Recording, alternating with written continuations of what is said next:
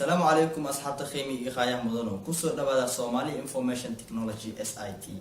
وأنا جو جبريل عبد الرحمن أو كما قاعد يرتدوا بليل ما أنتوا حيدهم ولا 10 أسبوع أحسدا لو سود بيو شاشة الموبايل كا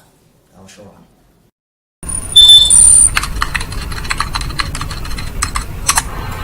كسر دبوا مركلة عم باللون 10 كا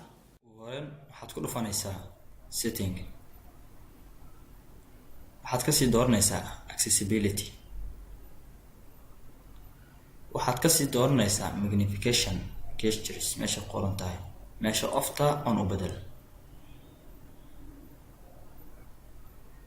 si aad usoo dhawey shaashada kaliya 3 mar ku celi shaashada dhagdhagsi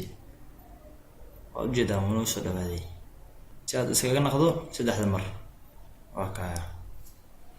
waxaan filayaa inuu muuqaalkan ku cajib galiyay haddii aad ka hesho casharka like saar kusoo qor qaybta commentiska casharka aad doonaysa in lagu soo diyaariyo anigoo tixgeli doona fikradaada mahadsanid